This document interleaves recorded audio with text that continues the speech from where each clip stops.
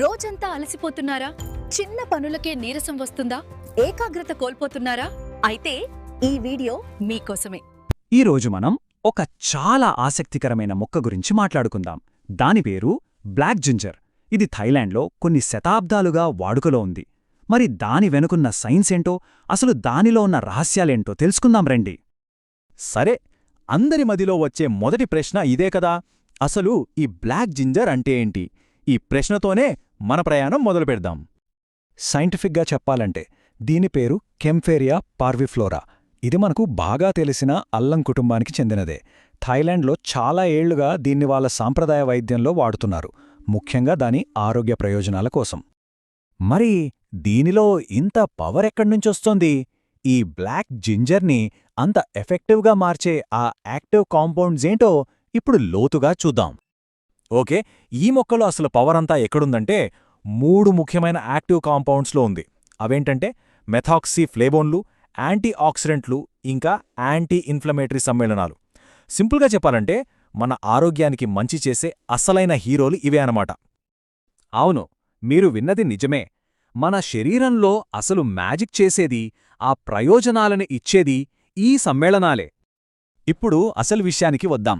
ఈ కాంపౌండ్స్ మన శరీరంలోకి వెళ్ళాక ఏం చేస్తాయి, ఎలా పనిచేస్తాయి, ముఖ్యంగా 5 పద్ధతుల్లో అవి మనకెలా ఉపయోగపడతాయో చూద్దాం.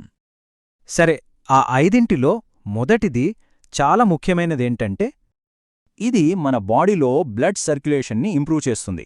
మంచి బ్లడ్ సర్క్యులేషన్ ఉంటేనే కదా మనం హెల్తీగా ఉండేదే. సో ఇది ఎలా పనిచేస్తుందంటే, ఫస్ట్ మన రక్తనాళాల్ని కొంచెం వెడల్పుగా చేస్తుంది. దీన్నే వాసోడైలేషన్ అంటారు. దానివల్ల ఏమవుతుంది, కండరాలకి, నరాలకి ఎక్కువ ఆక్సిజన్ అందుతుంది.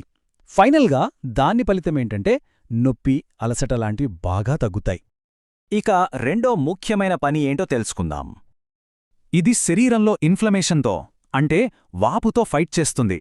చాలా రకాల ఆరోగ్య సమస్యలకు ఈ ఇన్ఫ్లమేషనే మూల కారణం. ఇది ప్రత్యేకంగా కీళ్లలో, కండరాల్లో వచ్చే వాపును టార్గెట్ చేస్తుంది. ఆ వాపును తగ్గించడం ద్వారా ఆర్థరైటిస్, రుమాటిజం లాంటి కండిషన్స్లో కొంత ఉపశమనం ఇవ్వడానికి సపోర్ట్ చేస్తుంది. నెక్స్ట్ మూడో పాయింట్, ఇది మన ఎనర్జీకి సంబంధించింది. చూద్దామా? మన శరీరం శక్తిని ఎలా తయారు చేసుకుంటుంది, ఎలా వాడుకుంటుంది అనే ప్రాసెస్, అంటే ఎనర్జీ మెటబాలిజంను ఇది బూస్ట్ చేస్తుంది. ఇక్కడ అసలు ఇంట్రెస్టింగ్ విషయమేంటంటే, ఇది మన కణాల్లో ఉండే పవర్ హౌజులైన మైటోకాండ్రియా పనితీరుని మెరుగుపరుస్తుంది. దీనివల్ల కణస్థాయిలో శక్తి ఉత్పత్తి పెరుగుతుంది. రిజల్ట్, మన ఓవరాల్ ఎనర్జీ లెవెల్స్ పెరిగి అలసటలే తగ్గుతుంది. ఓకే, ఇక 4వ పాయింట్కి వెళ్దాం. ఇది మన మెటబాలిక్ హెల్త్కి చాలా కీలకమైనది. ఇది ఇన్సులిన్ సెన్సిటివిటీని ఇంప్రూవ్ చేస్తుంది. అంటే మన శరీరం గ్లూకోజ్ని కంట్రోల్ చేయడంలో మరింత సమర్థవంతంగా పనిచేయడానికి హెల్ప్ చేస్తుంది. ఇది ఎలా పనిచేస్తుందంటే, మన శరీర కణాలు ఇన్సులిన్కి బాగా రెస్పాండ్ అయ్యేలా చేస్తుంది. దీనివల్ల కణాలు గ్లూకోజ్ని చక్కగా వాడుకుంటాయి. సో మెటబాలిక్ ఫంక్షన్కి ఇదొక మంచి సపోర్ట్ అన్నమాట. సరే, ఇప్పుడు ఈ 5 కీలక పనుల్లో చివరి దానికొచ్చేశాం. 5వది, మన నాడీ వ్యవస్థకు సపోర్ట్ ఇవ్వడం. మన ఓవరాల్ హెల్త్కి నరాలు ఆరోగ్యంగా ఉండటం ఎంత ముఖ్యమో మనకు తెలిసిందే. ఇది నరాల వాపును తగ్గించి ఆ నరాల మార్గాలను శాంతపరచడానికి సహాయపడుతుంది. దీనివల్ల సయాటికా, న్యూరోపతి లాంటి నరాల సంబంధిత సమస్యల నుండి కొంత రిలీఫ్ దొరికే అవకాశం ఉంటుంది. ఓకే, ఇప్పుడు దాకా మనం ఈ 5 మెకానిజమ్స్ గురించి వివరంగా చూశాం కదా.